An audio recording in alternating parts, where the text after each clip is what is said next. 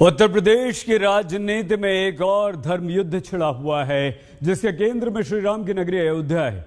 योगी आदित्यनाथ के लगातार दौरों के बीच बीजेपी अयोध्या में एक बड़ा ओबीसी सम्मेलन करने की तैयारी में है। 7 सितंबर को असदुद्दीन ओवैसी भी अयोध्या में होंगे और उनके इस चुनावी दौरे पर बीजेपी नेताओं ने हमले करने शुरू कर दिए।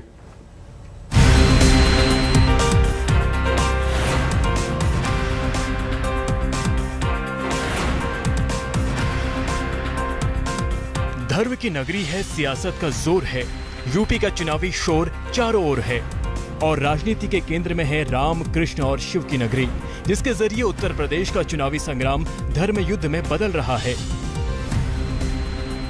ओबीसी वोटरों को साथ रखने के लिए बीजेपी ने लव कुश वाला फॉर्मूला तैयार किया है, जिसका सबसे बड़ा सम्मेलन अयोध्या में होना है। 17-18 सितंबर को अयोध्या की धरती पर बीजेपी सम्मेलन करेगी। खुद सीएम योगी आदित्यनाथ इसमें शामिल होंगे ताकि पूरे प्रदेश के ओबीसी मतदाताओं को सीधा संदेश दिया जा सके। केंद्र और प्रदेश के अनेकों सत्ता और संगठन से जुड़े हुए वरिष्ठ नेताओं का आगमन होगा, जिसमें आने वाले विधानसभा के चुनाव 2022 के संदर्भ में विस्तृत नीति पर विचार होगा, रणनीति पर विचार होगा। यूं भी अयोध्या इस बार यूपी की राजनीति का केंद्र बना हुआ है। योगी आदित्यनाथ बार बार अयोध्या का दौरा कर रहे हैं। बीएसपी ने भी अयोध्या से ही अपने ब्राह्मण सम्मेलन की शुरुआत की और अब ओवैसी भी अयोध्या से अपना पार्टी का चुनावी मोर्चा आगे बढ़ाने की कोशिश में है।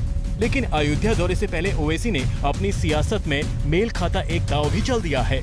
उन्होंने अपने ऐलान में अयोध्या का नाम नहीं लिया और उसे फैजाबाद कहकर बुलाया। 7 तारीख को फैजाबाद जा रहे रदौली में, 8 को सुल्तानपुर है, 9 को बाराबंकी है।